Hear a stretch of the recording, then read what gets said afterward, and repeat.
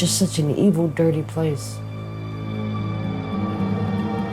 It's isolated, it's desolate.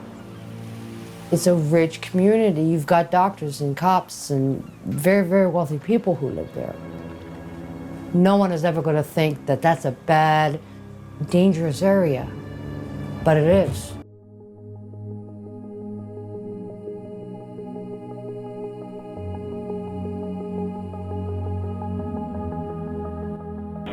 State Police. Yeah, there's somebody after me. I'm sorry? There's somebody after me. Where are you? There's somebody after me. Okay, where are you? There's somebody after me. Where are you, ma'am? I don't know. You're driving right now? No, I'm inside the house. I'm sorry? I'm inside the house. What house? I don't know. Can you trace where I am?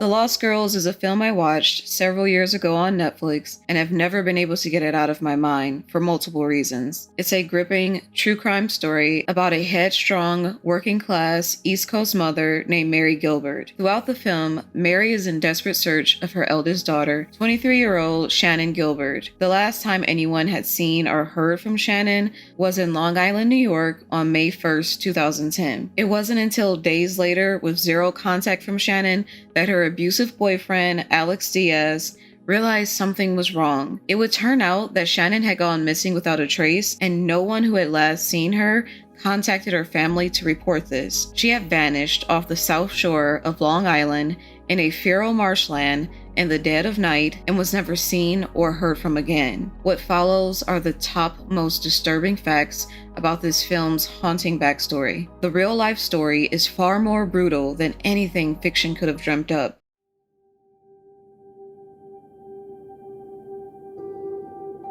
Shannon Gilbert was a 23-year-old aspiring writer and singer who had recently enrolled in college and had been doing escort work since she was 21 years old. What's apparent about the Gilbert family right away is that they were quite troubled. From drug addiction to domestic violence to mental illness to foster care, the three daughters seemed to have a very rocky upbringing. According to Esquire, Mary Gilbert moved with her three eldest daughters, Shannon, Sherry, and Sarah, to upstate New York to escape their heroin-addicted father. Her next partner, the father of the youngest daughter, Stevie, was arrested for domestic violence, and her children spent nearly 2 years in foster care. The girls eventually returned home, but Shannon would go on to spend more years in foster care. She was diagnosed as having bipolar disorder at 12 years old, and Mary struggled to manage her eldest daughter's occasional erratic behavior. Shannon Gilbert's life and whereabouts in 2010 would become a significant catalyst to solving a decades-long mystery that would be unearthed along the shores of Long Island, New York, granting a beacon of hope to many lives she had no idea she would impact so dearly. On May 1st, 2010, Shannon left Manhattan for a routine job with a client on the ritzy coastal region of New York. Apparently, she had linked up with a man named Joseph Brewer through an online escort ad who had promised to pay her $450 for 2 hours of service. Shannon typically ran these ads on a site called Craigslist. Craigslist is basically an online classifieds site divided by geographic area where users can purchase or sell a number of goods and services. It also boasted a thriving virtual red light district in the form of sex work ads and erotic ads. Because Shannon didn't have any other clients that night, she agreed to take the offer despite the long drive to Long Island, and she and her driver, Michael Pack, headed that way. Shannon and her driver were essentially business partners who regularly split the profits of her online bookings. He was basically the equivalent of a modern-day pimp. Together, on the night of May 1st, 2010, they embarked on a long trip to a remote, gated community called Oak Beach. Michael Pack would later emphasize in an A&E documentary how utterly dark it was as they approached the community. Chillingly, He recalled only being able to see the headlights of the man they were meeting with. Shannon went into the home of the client, Joseph Brewer, and stayed for a few hours. Sometime later, around 5 a.m., the client came out of the house and demanded that the driver get Shannon out of his home. This verbal struggle went on for some time and is actually caught in a recording of Shannon's 911 call. After personally listening to all three unedited 911 calls, it is my opinion that Shannon sounded very incoherent and spaced out. She was unable to answer direct, simplistic questions that would have led to her being assisted, and she continuously behaved irrationally, running from multiple people who sought to help her, particularly Gus Coletti, who we'll get to in a moment. To me, she sounded like she was experiencing a drug-induced psychosis, which caused extreme paranoia. Her fears, though justified for the danger inherent in her line of work, in that particular moment seemed exacerbated by something she had consumed or had been forced to consume. Therefore, it is my opinion that Joseph Brewer and Michael Pack are 100% culpable in whatever happened that night. Following the frantic exchange at the client's house, Shannon was spooked so badly by both men that she ran away screaming for help. A neighboring Oak Beach resident named Gus Coletti answered his door sometime after 5 a.m. when Shannon banged on it. Shortly thereafter, he would also call the police himself, reporting wrongly that a 14-year-old girl instead of a 23-year-old girl had run to his house screaming for help but was unable to articulate what was wrong, and that a black truck had been following her. This was later determined to be Shannon's driver, Michael Pack, who was driving a black SUV that night. At that point, she bolted out and ran down the road that way. He took off after her. That was the last I saw her. Shannon would sadly go on to frantically knock at another neighbor's door asking for help, which would be an Oak Beach resident named Barbara Brennan, who refused to open the door out of fear, but who also promptly called the police and provided a description and address. Police would reportedly arrive 20 minutes after Shannon's frantic 23-minute 911 call. By the time they arrived, she had completely vanished. Between Joseph Brewer's house and the front gate, my daughter disappeared.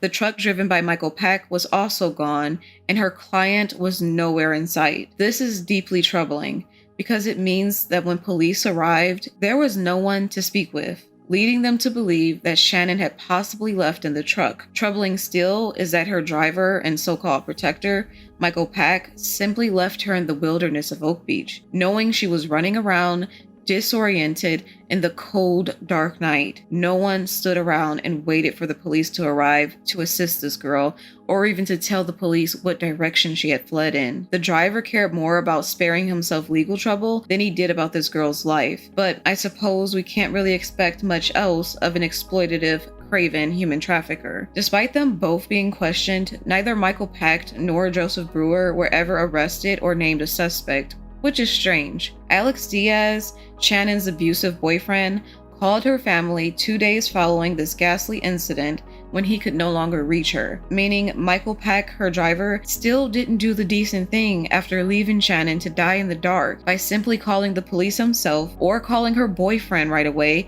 when he returned home without her, or even calling her family himself. He did nothing to get her immediate help, and that honestly casts him in a very suspicious light for me.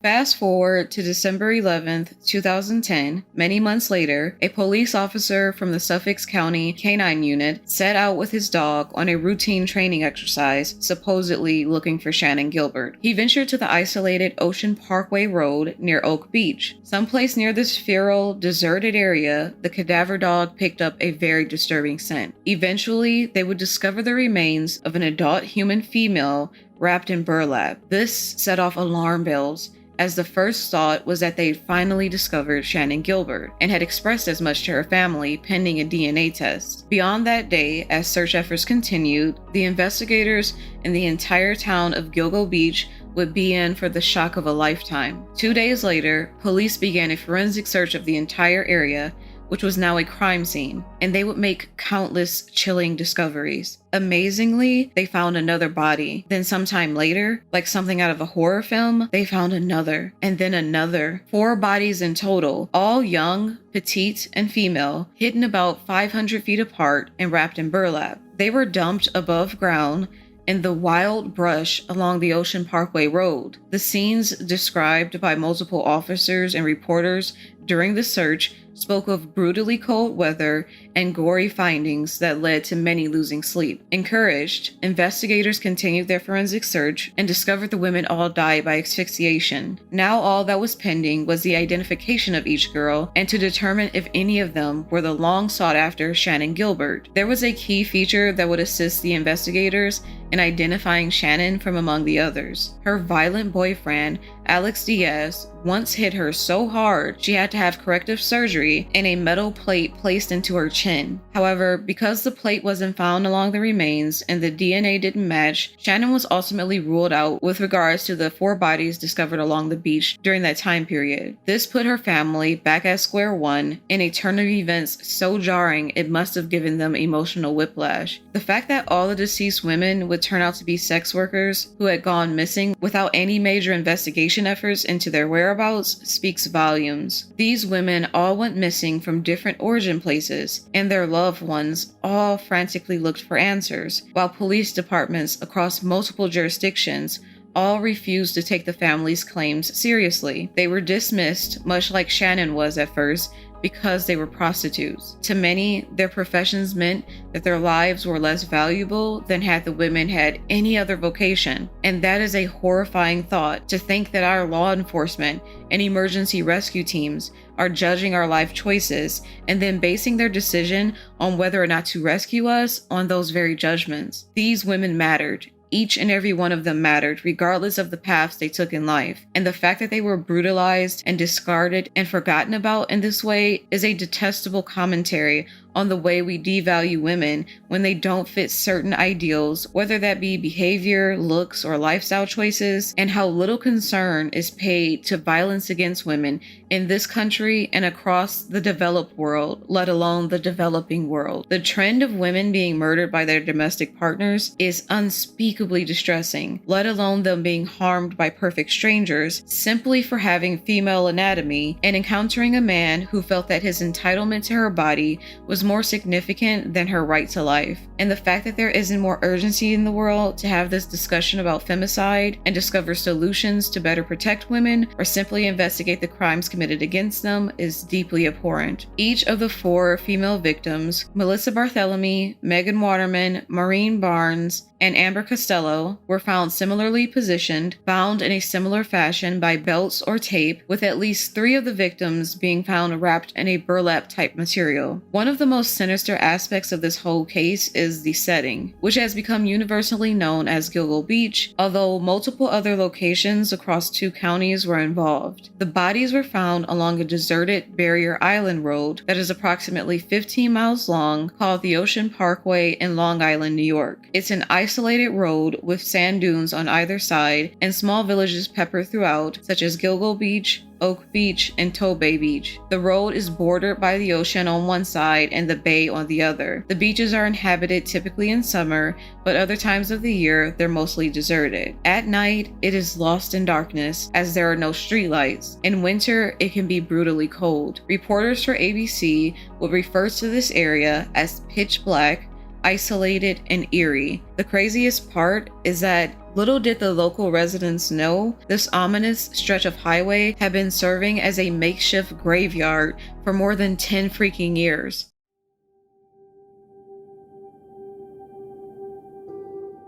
There were multiple victims, too many for me to go over in detail, but I would like to go over the disappearance of Melissa Barthelemy, as she was the first victim discovered and one of the earliest to go missing, and there were special circumstances surrounding her disappearance and the killer's interaction with her family, which is just chilling, and I thought it was significant to mention. Melissa Barthelemy was the first victim discovered. She had disappeared a year earlier in 2009 from Buffalo, New York at 24 years old. Lynn Barthelemy, Melissa's mother, said she had gone no contact one day, which was unusual for her. Her boyfriend called and asked her mother whether she had heard from Melissa, and the mother knew right away something had gone very wrong. Jeff Martina, Melissa's stepfather, began calling hospitals and jails in an attempt to locate her. Looking back, Melissa had attended beauty school after graduating high school. Her mom described her as a lively, silly girl who liked to have fun and keep things interesting, and also someone who experimented with dyeing her hair a lot. She had a younger sister named Amanda, who she adored very much and who she was very protective of. Melissa would later move to New York City from her small town near Buffalo to work as a hairdresser and earn enough money to return home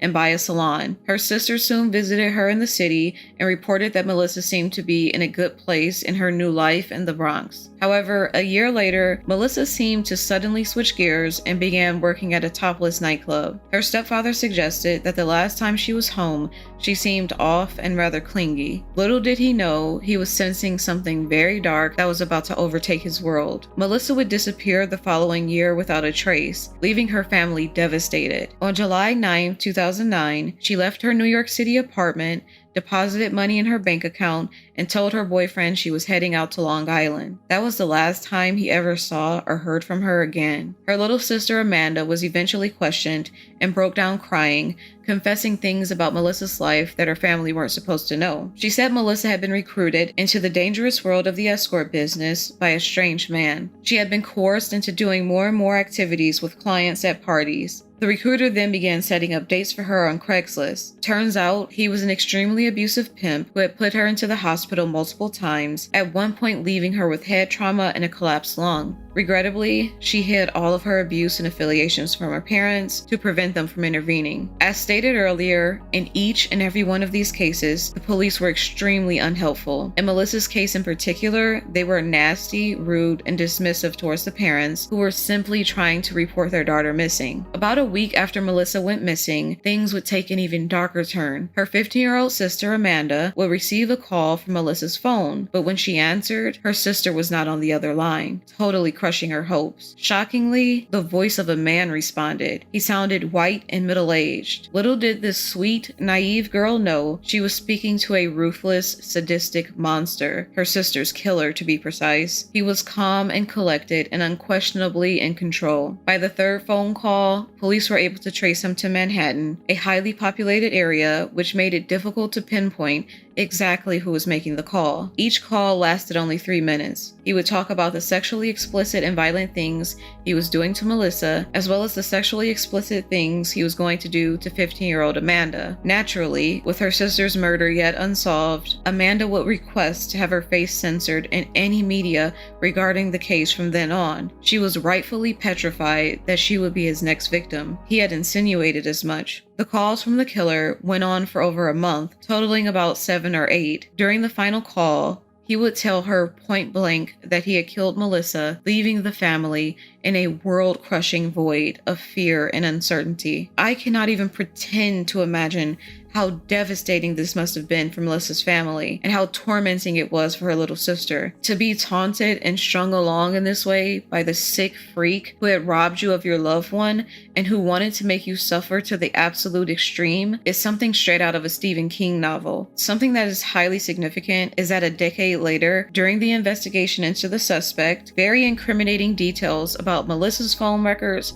and all the other victims' phone records would come to light, and they would be released in the bail application. On July 3rd, 2009, it's reported that Melissa was contacted by a burner cell phone. She was contacted again by a burner cell phone on July 6th, July 9th, and July 10th, 2009, which was the last day she was seen alive. On July 10th, 2009, cell records indicate that the burner cell phone traveled from Massapequa Park in Long Island, where the suspect lived, to Midtown Manhattan, where the suspect worked. Later that evening, Melissa's cell phone traveled from Midtown Manhattan to Massapequa Park, with the last cell site location being in Massapequa Park on July 11, 2009 at approximately 1:43 a.m., the day after she disappeared. On March 29, 2011, months after the first victims were found, police discovered a head, hands, and forearm 2 miles from the first site. They belonged to a woman named Jessica Taylor, another sex worker who had been killed in 2003. A tattoo on her back helped to identify her, because shockingly, the remainder of her remains were found in a Long Island town 40 miles away 8 years earlier. In April 2011, another grisly discovery would be made, continuously rocking this community to its core. The police would eventually go on to discover 5 more bodies, totaling 10, all thought to be sex workers. Some of them were dismembered. One would later be identified as Valerie Mack, another would later be identified as Karen Vergata, and another was a petite Asian man who'd been wearing women's clothing. Then there was another, a small toddler, who had been wearing jewelry matching another female's remains. Her remains had also been partially discovered over a decade earlier in another Long Island town and were identified by a tattoo that earned her the nickname Peaches. It was like an endless death pit. Each time a body was found, all of the families were pulled back into this nightmare over and over again, and it still remains to be determined exactly how many people this killer victimized and how many remains have yet to be found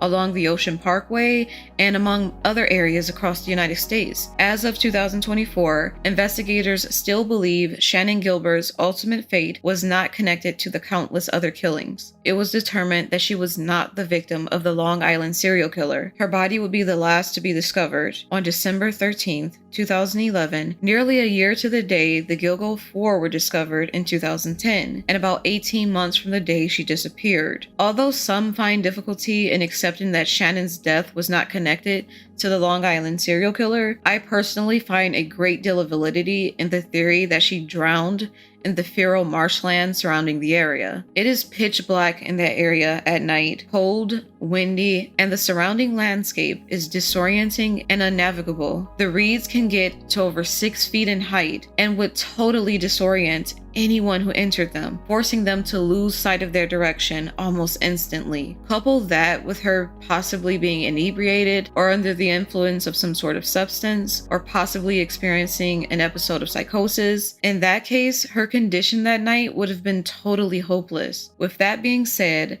Shannon Gilbert is still inextricably connected to everything that went on with the Long Island serial killer case. Shannon going missing in that area led to the discovery of so many victims and the arrest of a man thought to be responsible for them. That is deeply profound. This magnificent thing she has unknowingly done for so many others is the way she should be remembered, not as merely a prostitute. Her life, and now even her death, though tragic and undeserved, will never be in vain.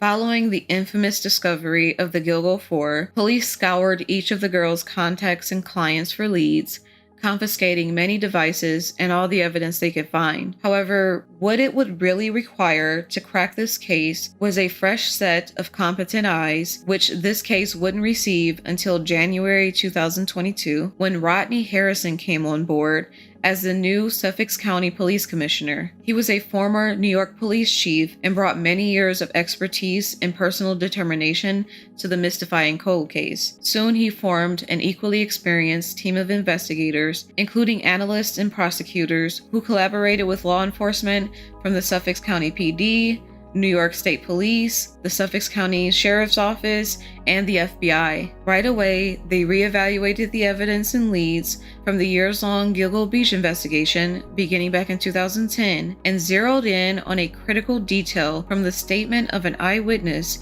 to Amber Costello's last moments. A friend named Dave Schaller, who had been living with Amber at the time, informed investigators after her disappearance that he and Amber had had a violent encounter with a large white male who had been a bit overzealous in his pursuit of her services. He called her incessantly, and this led to a scuffle in their home between the man and Dave, when Dave played the role of Amber's outraged boyfriend. Dave then insisted that the very same man would return to their neighborhood later that day and pick Amber up. Amber would be spotted for the last moments of her life walking down the block in their Long Island neighborhood, never to return. Once Amber went missing, Dave said he instantly knew it had been the man who visited their home the day before, driving a Chevy Avalanche pickup truck. This was the very lead the investigators returned to 10 years later in 2022, and it wasn't long before they pinpointed a suspect. From then on, it was quite obvious to them who was responsible for the gory findings strewn for miles along the Ocean Parkway Road. By July of 2023, the 59-year-old architect named Rex Heuermann would be arrested on the bustling streets of Manhattan, his place of work, and eventually charged with the murders of 6 Gilgo Beach victims. Now, here's a few facts about Rex Heuermann that have since been revealed. In 1996, Heuermann married Asa Ellerup, and they had a daughter named Victoria a year later. He also had a stepson named Christopher Sheridan, who is 7 years older than Victoria. Heuermann's wife, Asa, would go on to divorce him almost immediately following his arrest in 2023. Notably, Heuermann lived in Massapequa Park in Long Island, New York, where the victims were believed to have disappeared from, and where many of their cell phones had pinged in their final moments. He also worked in Midtown Manhattan, where the taunting calls were made to the sister of Melissa Barthelemy, and where many of the other burner phones had pinged when contacting the other victims before they disappeared. Heuermann had a rough upbringing. Surprise, surprise. Childhood trauma is of course typical of many who become serial killers, as it tends to incapacitate their ability to feel empathy, or sometimes through physical abuse, the areas of the brain that would control certain impulses and cause them to feel empathy have often sustained neurological damage. In keeping with this notion, Heuermann lost his father when he was 12 years old. In school, he was remembered as being quiet, a loner, antisocial, and the victim of bullying. This fits the profile of someone who grew up with a lot of angst and certainly rejection by women, essentially an incel. So typically when the power pendulum finally swings in their favor, they use it to their advantage by victimizing others and seeking retribution for their past selves. This is the case with many prolific killers like Ted Bundy, Richard Ramirez, the Night Stalker, Dennis Rader, the BTK killer, and Charles Cullen, the killer nurse. Something highly intriguing about Heuermann, and perhaps very telling, is that the dilapidated red home that he and his current family lived in is the very home he grew up in. And it's clear from photographs that not much has changed about this home since his childhood, and more specifically, since the death of his father when he was a teen. One criminal psychologist for a News 12 documentary suggested that this was emblematic of his arrested development, and I couldn't agree more. His clinging to his childhood home in this way doesn't come off as sweet or sentimental for some reason. It comes off as obsessive and disturbed, like there's something seriously creepy and Freudian about the whole thing. Because why on earth would a wealthy Manhattan architect, reportedly worth millions, who played a prominent role in his field as an expert consultant to other architects, be living in such a drab, old, dilapidated home that was unchanged from his childhood, unless he was battling some serious psychological demons? Granted, I did hear something about him having pretty severe debt, but still, he was reportedly worth around $1 million. It's like, in some respects, he refused to mature and move on from his past, and perhaps some lingering rage and a chip he's long since harbored on his shoulder caused him to seek retribution from the world in the form of harming defenseless women. It would seem that Heuermann was as studied in his craft as a serial killer as he was as an architect. Evidence retrieved from his home suggested he'd been reading books on criminology and serial killers, such as Mindhunter, inside the FBI's elite serial crime unit, as well as The Cases That Haunt Us. And these books discuss the evidence and victimology of many serial murder cases. They also discovered meticulous notes, or a blueprint, if you will, that he drafted with the intention of improving his operation, in my opinion. The notes included multiple lists of things he wanted to keep in mind, such as problems he encountered throughout, supplies he needed to obtain, information on dump sites possibly, and lastly, a column that likely indicated targets. It contained bone-chilling bullet points like DNA, bloodstains, and fingerprints under the problems category, ropes, lye, acid, cutting tools, tarps, and burn cans under the supplies category, and the notation that small is good under the name Megan, likely Megan Waterman, in the column for targets. Investigators believed Heuermann began killing 15 years ago, likely all sex workers, but the old-fashioned street-walking kind, and then began picking online escorts beginning in 2007 with Maureen on Craigslist. Also worth mentioning, Heuermann and his wife owned 2 timeshares in Las Vegas, and it's suspected that he could have been actively killing there as well. Corroborating this idea is a string of sex workers who went missing during the years spanning 2003 and 2006, around the time these timeshares were purchased, and the details of these women's cases are redolent of those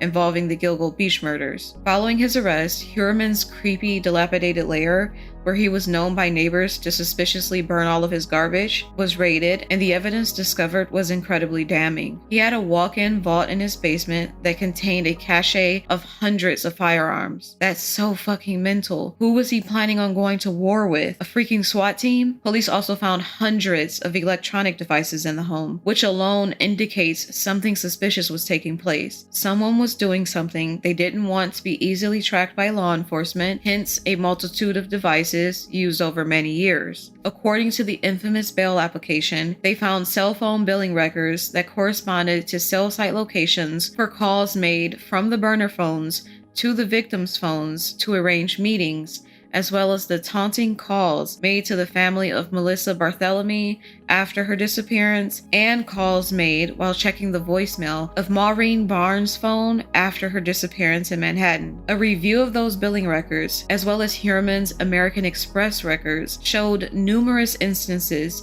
in which Heuermann was located in the same general locations as the burner phones used to contact the victims, Melissa Barthelemy, Megan Waterman, and Amber Costello, as well as the use of Maureen and Melissa's cell phones when they were used to check the voicemail of one and make taunting calls to the family of the other after the women disappeared. Heuermann was ultimately tracked down through his truck, which was a Chevrolet Avalanche, according to court documents. A glaring question reeling in the minds of many is, why did law enforcement not act on this critical witness tip about the car way back in 2010? It just goes to show how much they disregarded the girls in this case, disregarded their loved ones who were reporting them missing, and refused to follow any leads regarding their last known whereabouts to track down who may have harmed them. Records established that Heuermann's wife, Asa Ellerup, was out of New York during the disappearances of Melissa Barthelemy, Megan Waterman, and Amber Costello. To reiterate, Asa divorced Heuermann merely a week after his arrest, however, still regularly visited him and reportedly supports him in this case, stating that in her belief, he was incapable of doing the things he'd been accused of. That's of course irrelevant, seeing as how sociopaths and psychopaths successfully fool people on the regular about who they really are and of what they're truly capable. And some domestic partners find this out the hard way when they discover their spouse has been leading a totally separate life, or in the worst case scenario, when they're killed by them. Here's hoping this evil piece of shit is swiftly brought to justice and that the prosecutors and jury don't fumble the opportunity to lock him away for eternity. Although this case began with a search for a distressed sex worker who had disappeared one night in the feral marshland of Long Island, it shockingly ended with her being somewhat of a sacrificial lamb for a much larger story that had been at play all along. Shannon Gilbert's disappearance sparked a search that would lead to the arrest of a prolific serial killer who had managed to go undetected for more than a decade. Throughout this case, one cannot neglect to mention the tireless work of a loving mother who kept the search for her daughter alive and in public discourse. This pressure from the resilient Mary Gilbert is what forced the police to keep this investigation on life support and eventually led to a bigger plot twist than anyone could have anticipated. The families of the many victims would go on to form a strong community of support, with Mary Gilbert at the center of their efforts. They all spoke out against the police because they felt the girls were discriminated against and that their deaths weren't looked into as thoroughly because they were sex workers. They also spoke out against Craigslist for facilitating the deaths of so many girls at the hands of a ruthless killer who had been using their site for years undetected. The case of the Long Island serial killer is one of immense tragedy and many breathtaking plot twists, and this would continue to be the case years after the Gilgo Beach remains were found. Mary Gilbert, Shannon's ferocious advocate and loving mother, would be brutally murdered in the summer of 2016 by one of her own daughters, Sarah Gilbert. From Esquire, in his new aftermath to Lost Girls, Robert Kolker described the breakdown Sarah experienced after the discovery of her sister's remains. In late 2013, Sarah would insist that Shannon wasn't dead and that she could tell by looking into someone's eyes if they were possessed. She told people she was a god and that her job was to defeat all evil gods, and that quite often the evil gods took on the form of her sisters and mother. Over the following 3 years, Sarah spent time in psychiatric hospitals and was diagnosed with schizophrenia. She drowned her pet and lost custody of her son, who entered her mother's care. On July 23, 2016, Sarah began hearing voices and called her mother for help. When Mary Gilbert arrived, Sarah stabbed her multiple times with a kitchen knife and beat her with a fire extinguisher. It's reported that Mary Gilbert had sustained hundreds of stab wounds from a large kitchen knife and was later bludgeoned with a fire extinguisher in what must have been a ghastly, bloody crime scene when the police arrived. Sarah Gilbert would go on to be charged with second-degree murder for killing her mother and made to serve 25 years to life in prison. I have no idea why the lives of the Gilbert family were fraught with so much trauma and tragedy, for which many questions remain unanswered, but I can only hope that Mary Gilbert's other daughters, Sherry and Stevie, are able to find healing from the darkness that consumed so much of their lives, and are able to continue to honor the memories of Shannon and Mary, whose names can forever be accredited with helping to catch one of the most diabolical serial killers this country has ever known, and who without their involvement may have never been brought to justice.